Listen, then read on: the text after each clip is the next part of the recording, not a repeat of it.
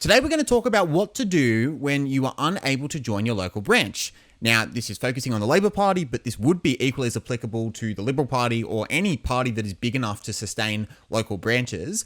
In theory, joining your local branch should be a lot of fun. You rock up, you have some arnets, you talk about a bunch of different policy agendas. Doreen hijacks the meeting to talk about the fact that the local garbos haven't picked up her bins. You have some young hotshot that is bringing in a more ambitious motion and trying to lay down their claim for a future political career. You hear about a bunch of different events that are going on, and you just get to meet some people who are like-minded enough to believe in something resembling the same cause that you believe in. But it doesn't always work out like that. So in the Barton Academy, I just asked a bunch of people about their branch experiences. This is an ideal branch experience to have a branch of 20, so enough where everyone can have their voice heard, but enough where it's actually a lively meeting and it's not one or two people carrying the meeting by themselves. And also, ideally, you get to have some contact with your local Labor candidate or local Labor MP if they're in Parliament. This person met Miles once over the course of a year. Obviously, the higher profile they are, the less time they're going to have for local branch meetings. One of our guys is in Ed Husick's electorate, gets to see Husick a little bit, actually knows a bit more of a nuanced view on his approach to the gas tax that isn't exactly the way it's being represented, or at least the way that Husick has spoken about it behind closed doors isn't necessarily the same as what he's how do I word this without getting anyone in trouble? He's being 100% true in what he's posting on his social media, but the way other people are framing what he's saying on social media is not the same way that he would frame his message in the Labor branches. Anyway, we'll press on. We're not here to spill the tea or to run anyone out here. But there are a couple of reasons why it might actually be difficult just to get that first foot in the door and join your local Labor branch. In theory, this is your first step to any political aspiration, whether it be high office, low office, whether it just be an enthusiastic participant in the democratic process of your party. Being part of a branch is your first step to doing that. But a lot of people have a lot of difficulty with this first step. So you log into your portal, where's my local branch? Great. I'm going to, send an email off to them and finding out when they're meeting and seeing if I can join. And then I don't hear back from them. And this is really common, and there's a couple of reasons as to why people are unable to join their branches. Firstly, there's the issue of just user schedule. So if your schedule is demanding or you do night shift or anything that might stop you from getting to your Labor branch meetings, that can obviously create a lot of issues for you. And so we will address what to do if that is your situation. Secondly, this is a much more nefarious reason. There's branches that are very elusive by design because they don't want people to join. And you think, why would they not want people to join? Well, the branches get to put forward people on the state electorate councils. These councils determine who gets pre-selected. They're the ones that get to have a vote on who gets pre-selected. And the less people you have in your branch, the more thickly concentrated your vote is as to who you get to choose to be on that council. In other words, the better your chances are of getting the person you want to get pre-selected. And so this is just called branch stacking, and there unfortunately, there's a lot of it that goes on. And so some branches are notorious for not being able to be found, so they can get as many people onto the electorate council as they want and give themselves the best possibility of getting a favourable pre-selection.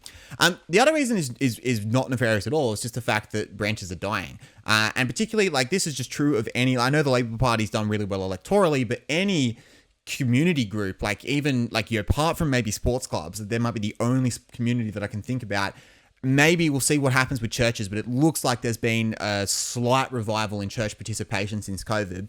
But apart from that, you think of scouts or just any other big community group, this is John Howard's point, just participation in those are rapidly declining. And so there are just a number of branches that are dying across the different states of the Labor Party.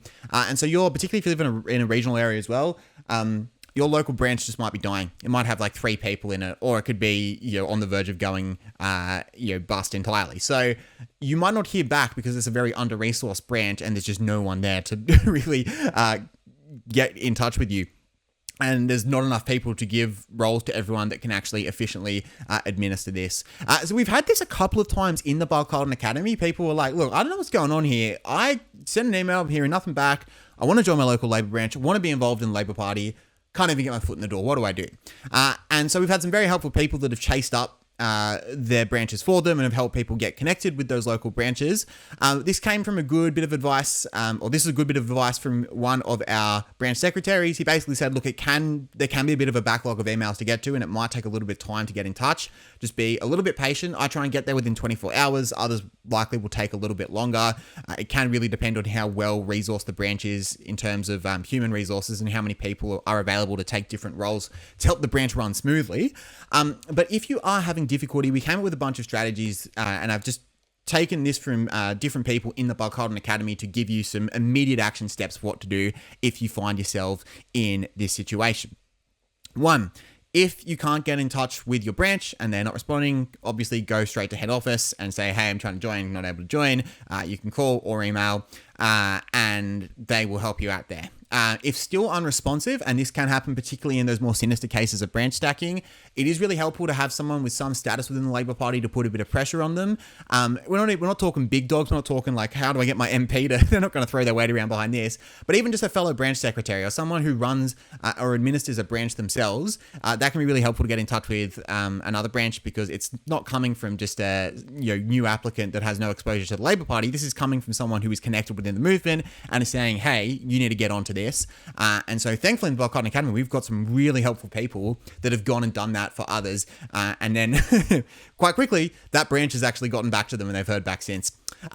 A new strategy, or not new strategy, another strategy you could use is to actually start a new branch. And there's 2 choices here. Like if your branch isn't getting back to you because they're dying, well, you can actually start a new one up yourself. The challenge with that is just recruiting. I think, like, I'd say I'm a pretty well-connected person. Like I've got, acquaintances from a whole range of different circles that I have in my life. And I think about all the people that I know that are somewhat in my local area, at least in my local electorate. I don't think I could get to 15 people that would join the Labor Party. I reckon there's like 2 true believers that are very pro-Labor Party.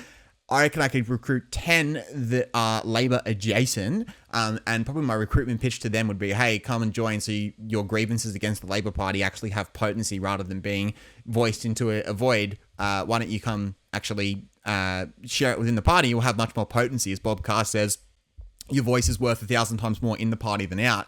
That would be my pitch to them. And so you could probably cobble together maybe 10, at best 15 people that are Labor adjacent. And when you're starting a new branch, that's as good as it's going to get.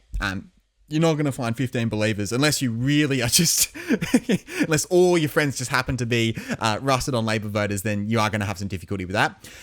So an easier approach is to try and revive an old one or to do a merger with an existing one. So this came from some people in the Barton Academy. Revival always seems to be a bit easier than a new one.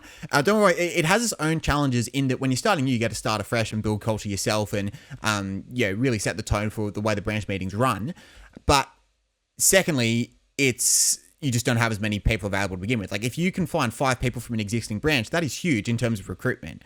Because to get a branch of 10, you only need to recruit 5 rather than 10. And when the order of magnitude is so low, just having 5 players to begin with that have experience in the party and aren't total noobs themselves is actually quite helpful for getting up and running. So instead of trying to start a new branch, it tends to be a lot easier to revive an old one. There's also infrastructure behind it as well, which simply makes it easier. The other strategy that you can do alongside that is to do a merger.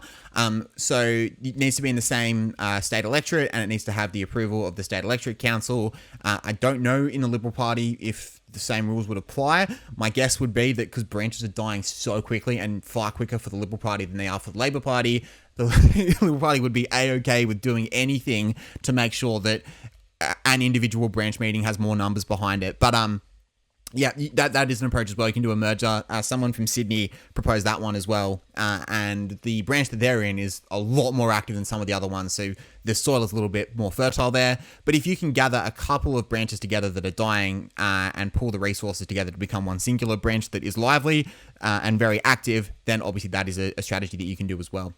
The other strategy is just more of a nuclear one. This is what someone did, or someone said they were going to do before their situation got rectified. Just go to if you have a local Labor MP, just go to their office and go, hey, I'm having this issue. I want to be in the Labor Party. Can you help me out here? And then obviously, because they've got status and weight, they might be able to do something about it, particularly if they're a low-ranking Labor person without the responsibilities of, say, being a minister. That would be a worthwhile crusade to take on for them, and it's just easy PR points for a constituent if they go and do that. So they're the different strategies that you can use. Alternatively, if you are in a situation where you, because of availability reasons, actually can't make a local branch meeting yourself, the next best thing that you can do is to try and join any sort of thematic or policy advocacy group that you can. So Labor for Housing, this one was what one of our guys in the Barton Academy is very involved with, and he has actually used the Barton Academy to help people join Labor for Housing, and now Labor for Housing in one of the, I won't say which one just in case you are from that state, but now Labor for Housing in one of our states is becoming much more active than it was before, thanks to this guy being a legend, giving some really good housing policy suggestions in the Barton Academy and then recruiting people to join as well. And so for people that can't get to the local branch, this is just a really easy point of contact for them to maintain relevance within the party. So there's people that haven't joined their local branches yet that might be able to get to Labor for Housing in this state that the person from the Barton Academy is in, and there's all sorts of other ones as well. Whatever your sort of hobby horse or policy interest is, there's usually some sort of thematic advocacy group behind it. This is just an easy point of contact as well for anyone wanting to get better connected with the party and to maintain contact with people in Labor. So really, if you are in any of the situations, if your local branch is one that is notorious for branch stacking, if it's low on numbers or dying because of just a lack of viability anymore, or if you are unable to get to the branch meetings yourselves, these are the next best strategies that you can use that will help you in your political journey. Now, before I wrap up, I put the bait out last time on May the 4th, trying to get our good friend Simon Kurtayan to leave a comment. Didn't take the bait. Very good. Very sophisticated AI. So hats off to you, Simon. Well done. But I'm going to give a plug for the Barton Academy. So again, you can go to town on your snake oil shield comments or whatever you want to leave behind. The Barton Academy is how I fund Mr. M History. It is the primary form of income that I have. It is for people who want to get into politics, and it's designed to actually be something that is helpful for much less of a cost than going and doing a university course would. Obviously, I don't have accreditation. I very much take that point, but I aim to completely outdo what a university course does in terms of value offered and value provided. Now, in April, it sold out. The Discord is absolutely booming right now. It is really hard to stay on top of the Discord. So I did cap entries. It was just 60 people who joined in the April intake, and as I am waiting to open up the new intake, or not as I'm waiting, I'm working on actually adding some South Australian modules. I've got 4 South Australian modules in there so far. I want to increase it to 8 and do the complete history of South Australian Labor. Once that is finished, I will then reopen the intake once again to try and maintain control of the Discord and avoid it getting out of hand. And then when people join, there's more of a finished product for them to be able to take part in, and it's just better for anyone who's from South Australia as well. Now, the waiting list is filling up quite quickly. Again, I closed the intakes about 2 weeks ago, and it's been pretty active since then in terms of who's putting in applications. So make sure to go and do that if you are interested in taking part in Barton Academy. Putting an application in obviously does not lock you into anything at all. It's just the first people who I contact when I reopen, and we're getting pretty close to actually having that first new intake be completely filled out with people on the waiting list. So make sure to get in nice and quick. The other thing as well is people who have dud branches. That's unfortunate for people that are in that situation. One person's come back and said the Barton Academy Discord has been a bit more stimulating than their local branch. That's great. I'm sure that's not true of every local branch, but it's a really lively community in there. So not only do you get your localized labor history on the different states, but it's a really excellent and decent. Like it's just good, sensible people with very stimulating takes. There's a lot of disagreement, but it's handled very, very well for the most part. We've had 1 or 2 heated ones a bit more recently, but nips in the bud early on. But it's just a very respectful discourse with people of different ideas coming together and making quite compelling cases each way. So if you want to be educated as well, the education isn't just coming from me, it's coming from all sorts of people, and you can contribute and participate in the conversation yourself. So make sure to put an application in if you haven't already and you do have aspirations of joining the Labor Party. Alternatively, if you're just here for the fun and you just want to see a peek behind the curtain, keep peeking behind the curtain, and we love having you on board.